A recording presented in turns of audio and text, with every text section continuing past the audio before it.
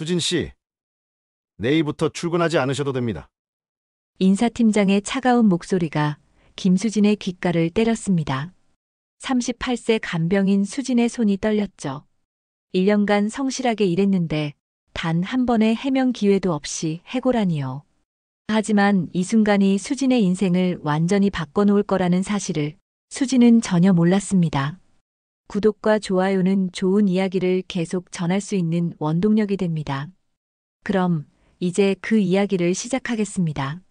수진은 인사팀 사무실 의자에 앉아 있었어요. 형광등 불빛이 너무 밝았습니다. 눈앞이 아찔했죠. 인사팀장은 서류를 넘기며 담담하게 말했어요. 환자와 과도한 친분을 맺었다는 신고가 들어왔습니다. 근무태만 정황도 포착됐고요. 수진의 입술이 바짝 말랐습니다. 과도한 친분이라니요. 환자 말동무가 되어주고 불편한 곳 없는지 물어본 게 잘못인가요? 수진은 떨리는 목소리로 물었습니다. 누가 신고했는지 알 수 있을까요? 저는 정말 성실하게 일했어요. 인사팀장은 고개를 저었습니다. 신고자는 밝힐 수 없습니다. 이미 결정된 사항이에요. 수진의 머릿속이 하얗게 변했습니다. 아버지 병원비가 매달 200만 원이 넘었죠. 어머니 약값도 만만치 않았어요. 월세는 또 어떻고요? 수진은 눈물을 참으며 사무실을 나왔습니다. 복도를 걸으며 수진은 생각했어요. 누가 신고했을까? 왜 저를 해고해야 했을까? 그때 수진의 머릿속에 한 사람이 떠올랐습니다. 박정호 할아버지였죠. 낡은 옷을 입고 늘 구석 병실에 조용히 누워 계시던 분이었어요. 수진은 정호 할아버지를 특별히 챙겨드렸습니다. 다른 직원들이 무시해도 수진만큼은 따뜻하게 대했죠. 혹시 정호 할아버지 때문에 해고당한 걸까요? 수진의 가슴이 먹먹했습니다. 복도 끝 창문으로 석양이 비쳤어요. 수진은 그 자리에 멈춰 섰습니다. 그동안 쌓아온 모든 것이 무너지는 기분이었죠. 손에 든 해고 통보서가 무거웠어요. 3개월 전으로 시간이 돌아갑니다. 수진이 처음 박정호를 만난 날이었죠. 7층 병동 구석 병실이었어요. 문을 열자 낡은 운동복을 입은 노인이 침대에 누워 있었습니다. 70세쯤 되어 보였어요. 얼굴은 주름이 깊었고 머리카락은 희끗희끗했죠. 창밖으로는 가을 햇살이 들어왔습니다. 안녕하세요. 저는 간병인 김수진입니다. 수진이 밝게 인사했지만 정호는 고개만 살짝 끄덕였습니다. 말이 없었어요. 수진은 병실을 둘러봤습니다. 면회객이 놓고 간 과일 바구니도 없었죠. 꽃다발도 카드도 없었어요. 연고자가 없는 환자인가 봅니다. 침대 옆 탁자에는 물컵 하나만 덩그러니 놓여 있었죠. 간호사실에서 동료들이 수군거렸어요. 7층 끝 병실 할아버지, 가난한 노인이래. 보호자도 없고, 의료비는 기초생활수급으로 해결한대.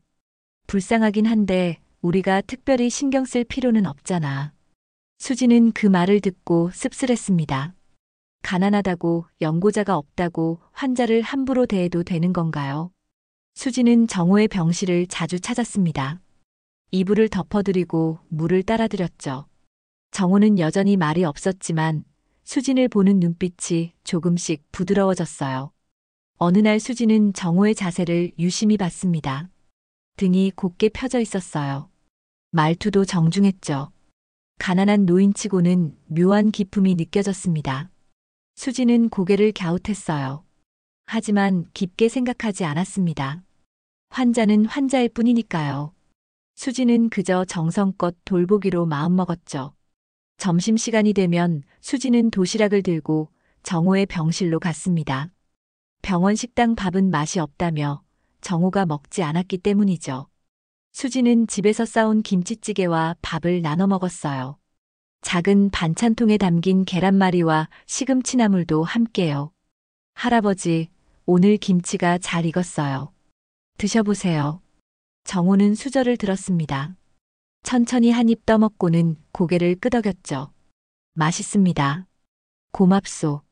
수지는 미소 지었어요. 정호와 밥을 먹으며 이야기를 나눴습니다. 날씨 이야기, 병원 이야기, 사소한 일상 이야기였죠. 정호는 점점 말문을 열기 시작했어요. 수진이 부모님 병원비 이야기를 꺼내자 정호는 조용히 들어줬습니다. 세상이 참 빠르게 변하는구먼. 사람들도 각박해졌어. 수진은 고개를 끄덕였습니다. 맞아요. 요즘은 다들 바쁘게 살잖아요. 정호는 창밖을 바라보며 말했습니다. 그래도 사람 사이의 정이 세상에서 가장 귀한 자산이야. 돈으로 살 수 없는 게 바로 그거지. 수지는 그 말을 가슴에 새겼어요. 정호는 세상과 단절된 채 병원에 누워 있었지만 수진의 따뜻한 태도 덕분에 다시 삶의 의지를 느끼고 있었습니다. 매일 아침 눈을 뜨면 수진이 들어올 시간을 기다렸죠. 정호의 얼굴에 생기가 돌기 시작했어요. 병실 창문 너머로 보이는 하늘이 예전보다 밝게 느껴졌습니다. 정호는 수진과의 시간이 하루 중 가장 행복했어요. 병원 정규직 간호사 오지연은 수진을 못마땅하게 여겼습니다. 33세인 지연은 수진보다 5살 어렸지만 정규직이라는 이유로 우월감을 느꼈죠. 어느 날 지연은 수진이 정호의 병실로 들어가는 모습을 봤어요. 도시락을 들고 말이죠. 지연의 눈썹이 찌푸려졌습니다. 지연은 동료 간호사에게 말했습니다. 간병인이 환자와 저렇게 가까워지는 건 문제 아니야. 선 넘는 것 같은데. 동료가 고개를 끄덕였어요. 그러게. 저 환자 가난한 노인이잖아. 뭐 챙겨줄 것도 없을 텐데 왜 저렇게 친하게 지내는 거야. 지연은 팔짱을 끼고 수진을 지켜봤습니다. 매일 같은 시간에 병실로 들어가고 30분씩 머물렀죠. 지연의 눈에는 수진의 행동이 부적절하게 보였어요. 규정을 어기는 것처럼 느껴졌습니다. 지연은 수진이 정호와 웃으며 대화하는 모습이 마음에 들지 않았죠. 자신은 환자들에게 그렇게 친절하게 대하지 못하는데 간병인 주제에 저렇게 한다는 게 불편했어요. 지연은 인사팀에 신고할 구실을 찾기 시작했어요. 지연은 간병인과 환자 사이가 가족 같은 사이로 보일 만큼 가까워서 이상하다는 다른 사람들의 거짓 제보를 만들어서 만족스러운 표정으로 인사팀으로 향했어요. 복도를 걸으며 지연은 생각했습니다. 이제 저 간병인을 내보낼 수 있겠어. 인사팀은 지연의 신고를 받고 수진을 조사했습니다. 환자와 과도한 친분, 근무 태만이라는 명목이었죠. 수진은 억울했어요. 환자를 정성껏 돌본 게 잘못인가요? 하지만 증거는 없었습니다. 수진이 성실히 일했다는 걸 증명할 방법이 없었죠. 인사팀장은 냉정하게 말했어요. 계약 해지 통보입니다. 내일부터 출근하지 마세요. 수진은 가슴이 무너지는 기분이었습니다. 3년간 쌓아온 시간이 한순간에 무너졌죠. 수진은 병원 로비로 나와 한참을 멍하니 서 있었어요. 사람들이 분주하게 지나갔습니다. 누군가는 휠체어를 밀고 누군가는 서류를 들고 뛰어갔죠. 수진만 그 자리에 멈춰 있었어요. 퇴근 시간이 다가왔습니다. 수진은 정호에게 마지막 인사를 하러 병실로 향했어요. 복도를 걸으며 수진의 눈가에 눈물이 맺혔습니다. 할아버지, 저 내일부터 못 와요. 수진의 목소리가 떨렸습니다. 정호는 침대에 누워 수진을 바라봤어요. 정호의 눈빛이 흔들렸습니다. 왜요? 무슨 일이 있소? 수진은 고개를 숙였어요. 해고됐어요. 제가 간병인으로서 해야 할 일을 넘어선 친분을 쌓았다는 게 할아버지가 정신이 온전치 못하실 때 재산을 가로채는 식의 다른 의도가 있는 건 아니냐고 하더라고요. 생각지도 못한 상황에 너무 당황스러워요. 괜히 할아버지께 죄송하고요. 정호의 손이 이불을 꽉 쥐었습니다. 얼굴에 분노가 스쳤죠. 하지만 정호는 아무 말도 하지 않았어요. 그저 수진을 바라만 봤습니다. 정호의 가슴 속에서 뜨거운 무언가가 끓어올랐어요. 수진은 허리를 숙여 인사했습니다. 그동안 감사했어요. 건강하세요. 수진은 병실 문을 닫고 나왔습니다. 눈물이 쏟아질 것 같았지만 참았죠. 복도 끝에서 지연이 수진을 보고 있었어요. 지연의 얼굴에는 만족스러운 미소가 걸려 있었습니다. 수진은 고개를 떨구고 병원을 빠져나왔어요. 다음 날 아침이었습니다.